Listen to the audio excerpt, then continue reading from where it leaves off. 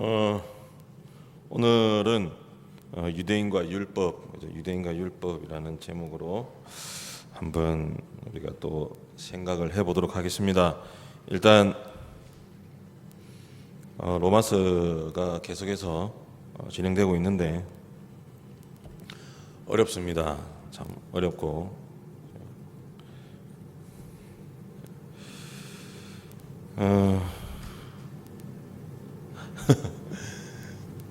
준비하면서 한편으로 그런 생각도 했습니다. 제가 부족해서 로마서를 괜히 선택했나. 제가 이렇게 준비를 하다 보니까 이 로마서는 정말 이렇게 좀 많은 시간을 투자해서 정말 말씀을 좀 깊이 묵상하고 그러면서 이렇게 좀 많은 것들 좀 이렇게 해야 좋은 게 나오는데 시간이 없이 막 하다 보니까 이게 제 스스로 준비하면서 그죠? 자학하는 거죠, 그러니까. 그래서 이렇게 준비하면서 늘 이렇게 마음이 그죠? 이게 아직 멀었구나, 아직 아니구나 생각이 들어서 그죠?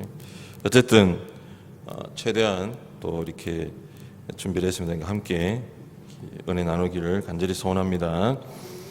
오늘 지난 시간에는 소위 우리가 누구를 판단하고 그죠? 그래서 그 판단을 통한 하나님의 심판에 대해서 우리가 이야기를 했습니다. 오늘은 유대인과 율법의 어떤 거는 그죠? 상관 그죠? 역학적인 관계입니다. 그죠?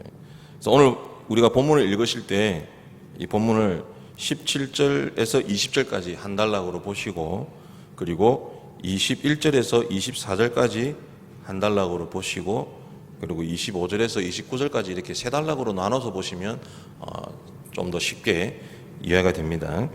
먼저 우리가 첫 번째 단락인 17절에서 20절까지 내용을 잠시 살펴보겠습니다. 17절에서 20절까지 내용을 보면 이것은 무엇이냐면 유태인이라고 하는 어떤 자신들에 대한 어떤 그런 자랑을 이야기하고 있어요. 자랑거리. 내가 유태인이다라고 하는 것 자체가 자랑스럽다는 것입니다. 그죠? 그러면 유태인으로서의 그런 자랑스러운 것이 무엇인가? 그죠? 보면 17절에 보면 유대인이라 불리는 네가 이렇게 나와 있습니다. 뭐라고요? 유대인이라 불리우는. 쉽게 얘기하면 한마디로 말해서 유대인이라고 하는 것 자체에 그들은 그 사실을 자랑한다는 것입니다. 그죠?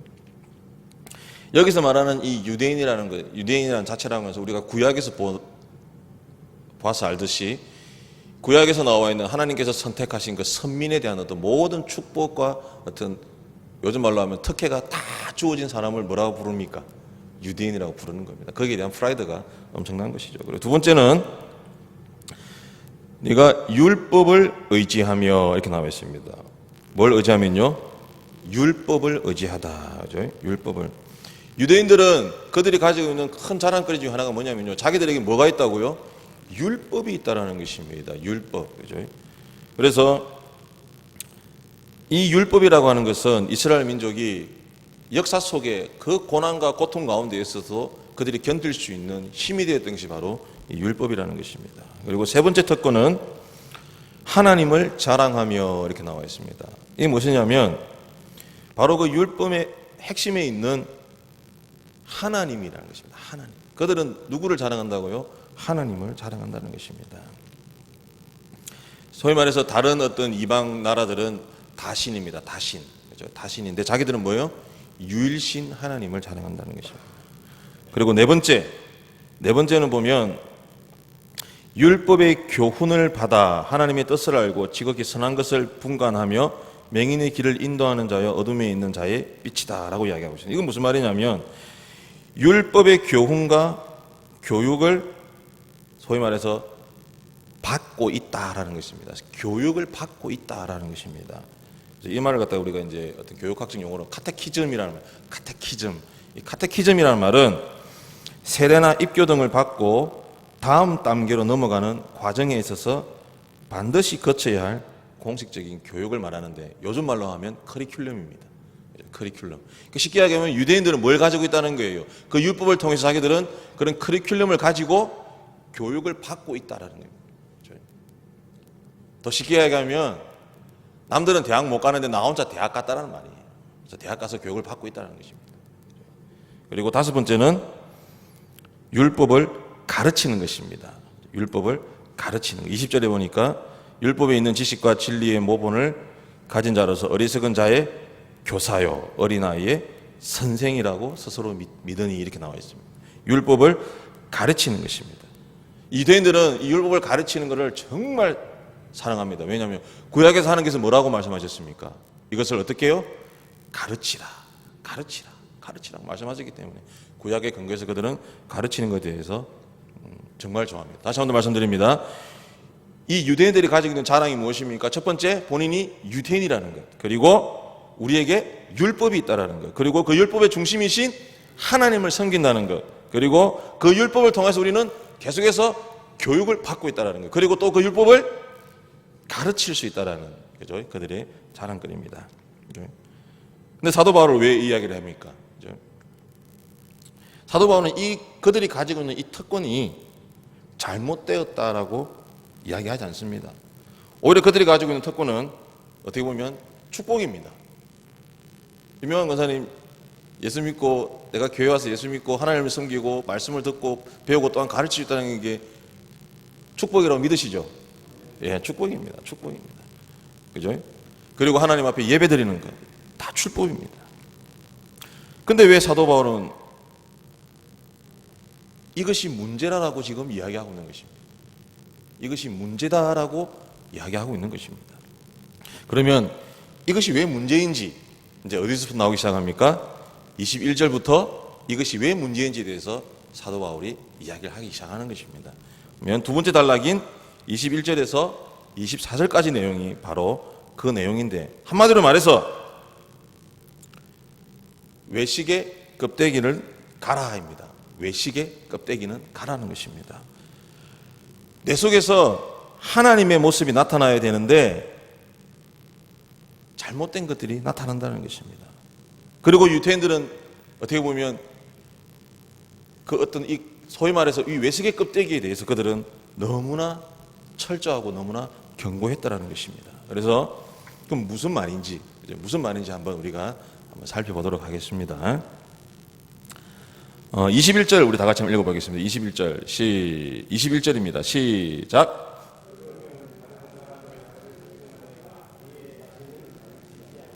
여기까지. 다른 사람을 가르치는 네가 내 자신은 가르치지 아니하느냐. 그죠? 이건 무슨 말이냐면 남을 가르치는 사람은 그죠?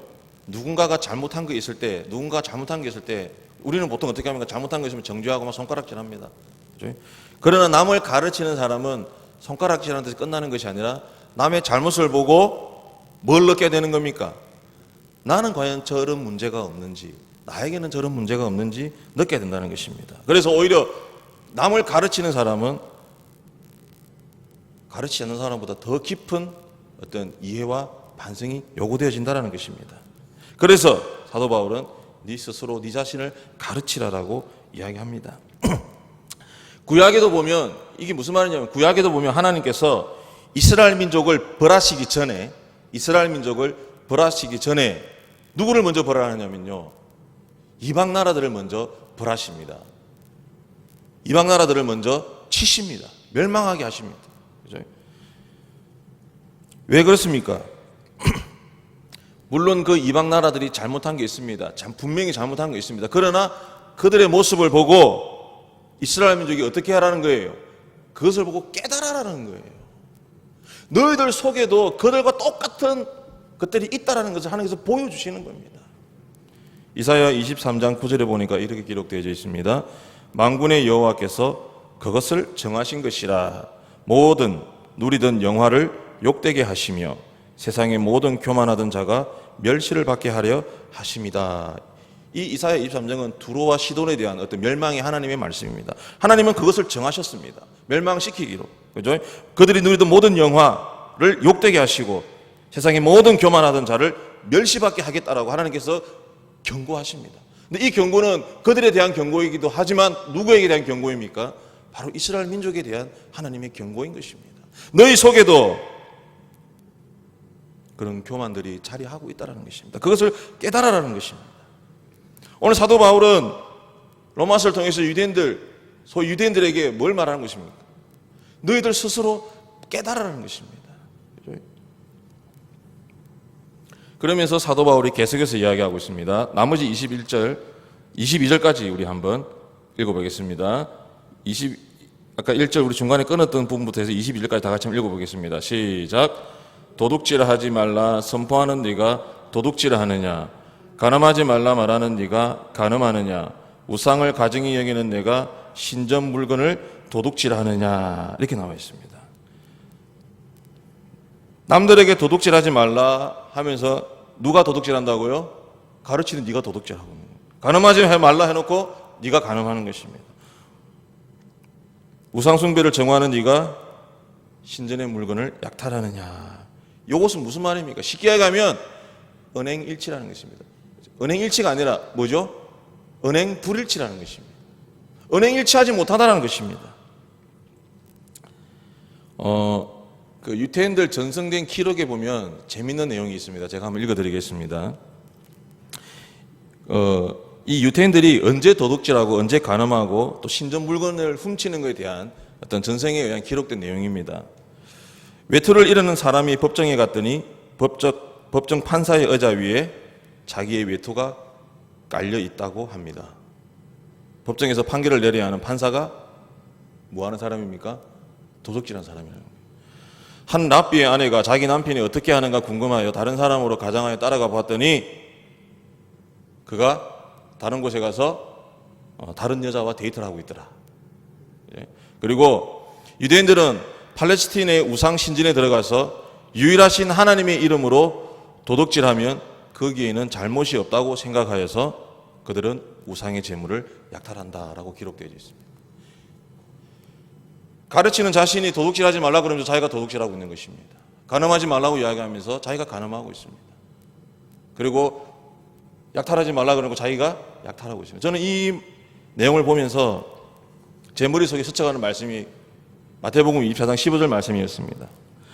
그러므로 너희가 선지자 다니엘이 말한 바 멸망에 가정한 것이 거룩한 곳에 선 것을 보거든 읽는 자는 깨달을진저 나와 있습니다. 뭐라고요? 멸망에 가정한 것입니다. 멸망에 가정한 것. 이것은 다니엘이 한 말입니다. 다니엘에 보면 다니엘서 9장 27절, 다니엘서 11장 31절, 다니엘서 12장 11절 말씀을 인용하고 있는 것입니다. 9장 27절에 보면 이렇게 기록되어 있습니다. 그가 장차 많은 사람들과 더불어 한 일해 동안의 언약을 굳게 맺고 그가 그 일해의 절반에 제사와 예물을 금지할 것이며 또 포악하여 가정한 것이 날개를 의지하여 설 것이며 이렇게 나와 있습니다. 포악하여 가정한 것이 날개를 의지하여 설 것이다. 11장 31절에 보면 군대는 그의 편에 서서 성소 곧 견고한 것을 더럽히며 매일 드리는 제사를 폐하며 멸망하게 하는 가정한 것을 세울 것이며 이렇게 나와 있습니다. 12장 11절 말씀도 11장 말씀과 비슷합니다. 멸망하게 할 가정한 것을 세울 때부터 이렇게 나와 있습니다. 저는 이 말씀을 보면서 정말 충격적으로 다가왔습니다. 어떻게 보면 지금 이 시대를 살아가고 있는 우리 한국교회의 어떤 일그러진 자화상을 오늘 말씀 속에서 찾는다는 것입니다. 멸망에 가정한 것들이 거룩한 곳에 선 것을 보거든. 멸망에 가정한 것. 제가 오늘 이 본문 말씀을 준비하다가 반갑지 못한 소식을 하나 접하게 됐습니다. 그 소식에 대한 내용은 제가 말씀을 드리기 참 곤란합니다. 너무 가슴 아픈 이야기가 이렇게 인터넷 뉴스를 통해서 보게 됩니다. 참 우리들의 모습이 참 이런 것입니다. 가식적인 것이죠. 사도 바울도 이런 것 때문에 자기 자신이 엄청나게 힘들었다는 것을 고린도전서 9장 27절에 고백하고 있습니다. 내가 내 몸을 쳐 복종하게 하면 내가 남에게 전파한 후에 자신이 도리어 버림을 당할까 두려워함이다 라고 이야기하고 있습니다. 내가 내 몸을 쳐 복종하게 함은 내가 남에게 전파한 후에 내 자신이 도리어 버림을 당할까 두려워한다 라고 이야기하는 것입니다. 자신이 사람들에게 이렇게 살아라 저렇게 살아라 이야기하고 나서 결국 자신이 하나님 앞에 올바로 서지 못하는 못할까 봐 두려워하는 바울의 모습을 적나라하게 보여주고 있는 것입니다. 결국 바울은 그들이 자랑하는 그 5가지의 핵심은 있지만 소위 말해서 실제 행위가 없는 그들을 향해서 질타하고 있는 것입니다. 23절 24절에 보니까 이렇게 기록되어 있습니다. 율법을 자랑하는 네가 율법을 범함으로 하나님을 욕되게 하느냐. 기록된 바와 같이 하나님의 이름이 너희 때문에 이방인 중에서 모독을 받는도다 라고 이야기하고 있습니다. 그들은 자신들이 유대인이라고 자랑합니다. 자기들이 율법을 가졌다고 자랑합니다. 율법 속에 있는 하나님을 섬긴다고 이야기합니다. 그리고 그 율법 때문에 엄청난 프라이드를 가졌지만 오히려 그들은 어떻게 하고 있습니까? 도둑질하고 간음하고 약탈하고 있다는 것입니다.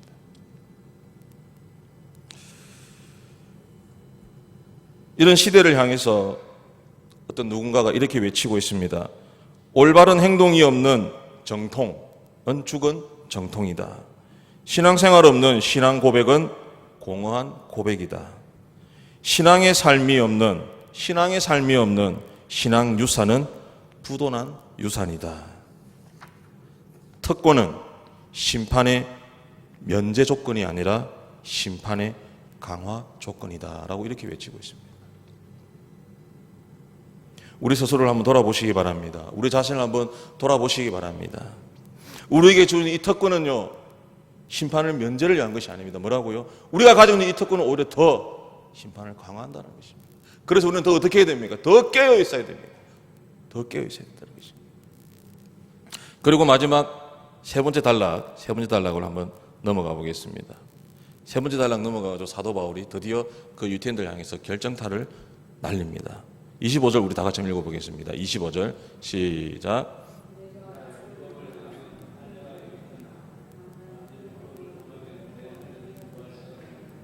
사도 바울은 지금 무엇을 이야기하고 있습니까? 바로 할례를 이야기하고 있습니다. 할례를 이야기하고 있습니다. 여러분, 유태인들이 가지고 있는 이 할례라고 하는 것은요, 정말 엄청납니다. 이 유태인들은 모든 것이 다 무너져도 안 무너지는 것이 딱 한 가지가 있습니다. 그것이 무엇입니까? 바로 이 할례입니다. 할례. 유태인들은 이 할례에 대한 프라이드가 하늘을 찌릅니다. 이 할례는 어디에 있습니까? 그들은 자기들 몸에 새긴 것입니다. 자기들 몸에 새긴 거예요. 근데 사도 바울은 그들에게 이야기합니다. 할례는 결국 언약에 속했다는 표시인데, 언약에 속했다면 하나님이 율법을 행하야만 언약에 속한 표시가 이루어지는 것인데, 그런데 행하지는 않고 표시만 가지고 다니는 것에 대한 바울의 비판인 것입니다. 그러면서 29절에 보니까 이렇게 기록되어 있습니다. 오직 이면적 유대인이며 할례는 마음에 할지니. 어디요? 할례는 마음에 하라고 이야기하고 있습니다. 마음에 하라는 것입니다. 이 마음에 한다는 말이 무슨 말입니까? 앞부분하고 뒷부분이 조금 바뀐 느낌은 있지만 여러분 이 부분을 잘 생각해 보시기 바랍니다. 앞에서 우리가 어떻게 했습니까? 조금 전에 앞의 내용이 어땠습니까? 도둑질 하지 말라고 가르치면서 내가 어떻게? 도둑질하고, 간음하지 말라고 가르치면서 내가 간음하고 있고, 내가 약탈하지 말라고 이야기하면서 내가 약탈하고 있고.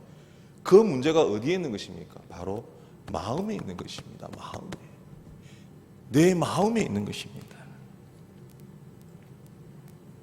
표면적인 것이 아니라, 겉으로 드러나는 것이 아니라 이면적인 것입니다. 무엇입니까? 바로 보이지 않는 우리들의 마음인 것입니다. 우리가 너무나 잘 알고 있습니다. 하버드 대학 교수인 윌리엄 제임스가 이렇게 이야기합니다.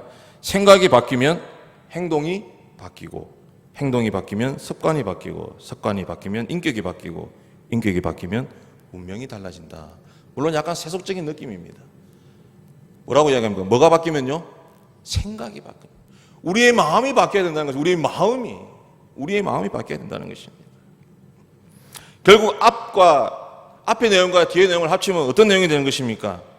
하나님을 섬기는 가장 중요한 포인트는 무엇입니까? 우리들의 마음입니다. 그리고 우리들의 마음을 통해서 나오는 실천, 행동에 있는 것입니다. 마가복음 7장 6절에 이렇게 기록되어 있습니다.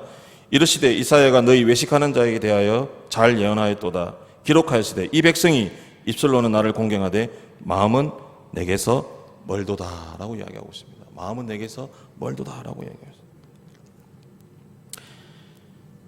바울이 말하는 진짜 신앙은 무엇입니까? 다시 한 번 더 말씀드립니다. 바울이 말하는 진짜 신앙은 마음에서 우러난 실천의 연속 반응이다라고 제가 제 나름대로 규정을 했습니다. 뭐라고요? 마음에서 우러난 실천의 연속 반응이다라고 얘기합니다. 그냥 실천의 반응이 아니라 뭐라고요? 연속 반응이라는 것입니다. 계속해서 우리는 도전을 받아야 된다는 것입니다. 사도 바울은 바로 그 유대인들을 향해서 그들의 마음을 질타하고 있어요. 그들의 잘못된 마음. 그러면서 뭐라고 얘기합니까? 그 껍데기를 버리라는 것입니다. 그 껍데기를 버리고 어떻게 해요? 그 마음에서 우러나는 하나님께서 원하시는, 하나님께서 진정 원하시는 삶을 살아달라고 그들에게 이야기하고 있습니다. 말씀을 마무리 짓도록 하겠습니다. 말씀을 마무리 짓겠습니다.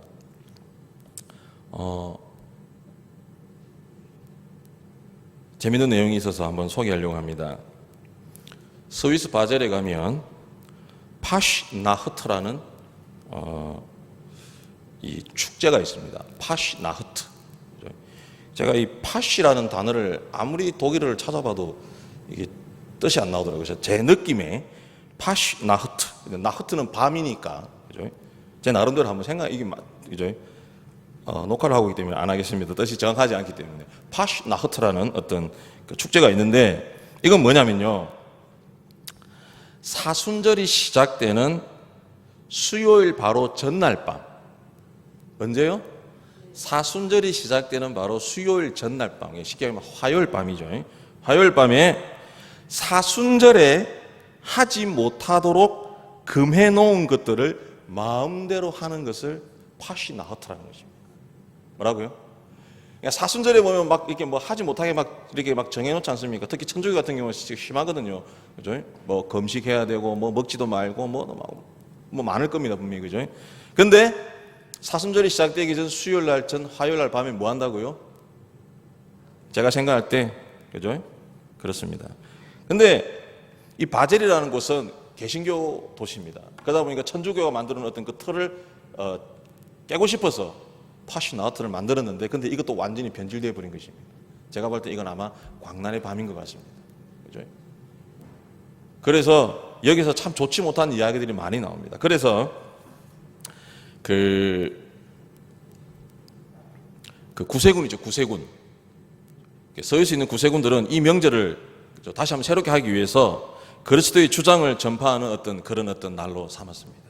그런데 어떤 목사님께서 바젤에 있는데 바로 파시나흐트, 바로 그날 밤입니다.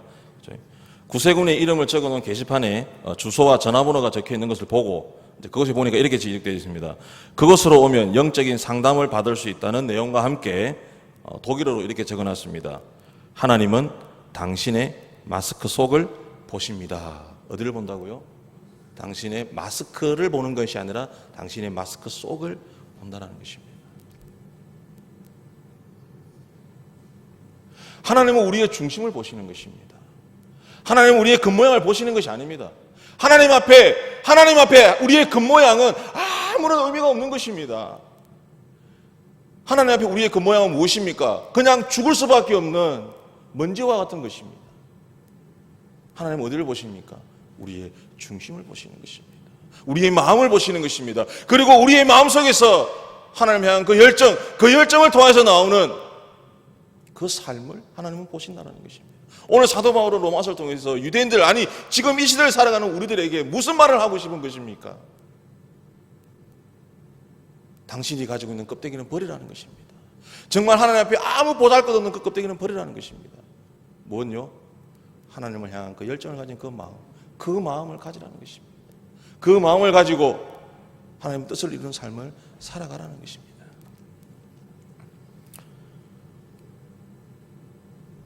이 말씀 붙잡으시고 우리 자신을 스스로 다시 한번 돌아보면서 우리가 얼마나 외적인 것에 치중했는지 우리 스스로 다시 한번 더 반성해요. 그래서 외적인 것보다 어디요? 우리의 마음을 더욱더 하나님의 말씀으로 훈련해야 되고 가다듬어야 된다는 것입니다. 그러면서 사도 바울이 마지막에 이렇게 얘기합니다. 그 칭찬이 사람에게서가 아니요 다만 하나님에게서니라 라고 이야기하고 있습니다. 칭찬이 누구에게요? 사람에게서 하는 것이 아니라 누가요? 하나님에게서 나온다는 것입니다. 하나님에게서 나온다는 것입니다. 그래서 하나님 앞에서 칭찬받는 저와 여러분, 우리 온 성광교회 되기를 간절히 소원합니다.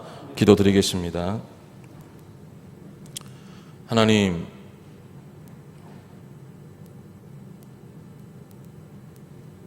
우리는 너무나 외식된 우리들의 모습에 집중하였습니다.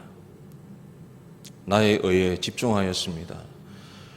하나님, 나의 것이 얼마나 보잘것없고 먼지와 같음을 깨달을 수 있도록 주님 인도하여 주시옵소서. 하나님을 향한 그 마음을 다시 회복시켜 주시옵소서. 내 속에 하나님을 향한 열정을 회복시켜 주시고 우리의 삶이 하나님 나라를 이루는 귀한 삶이 될 수 있도록 주님 역사하여 주시옵소서. 또한 우리 성광교회 될 수 있도록 하나님 인도하여 주시옵소서. 예수님 이름으로 감사하며 기도드립니다. 아멘.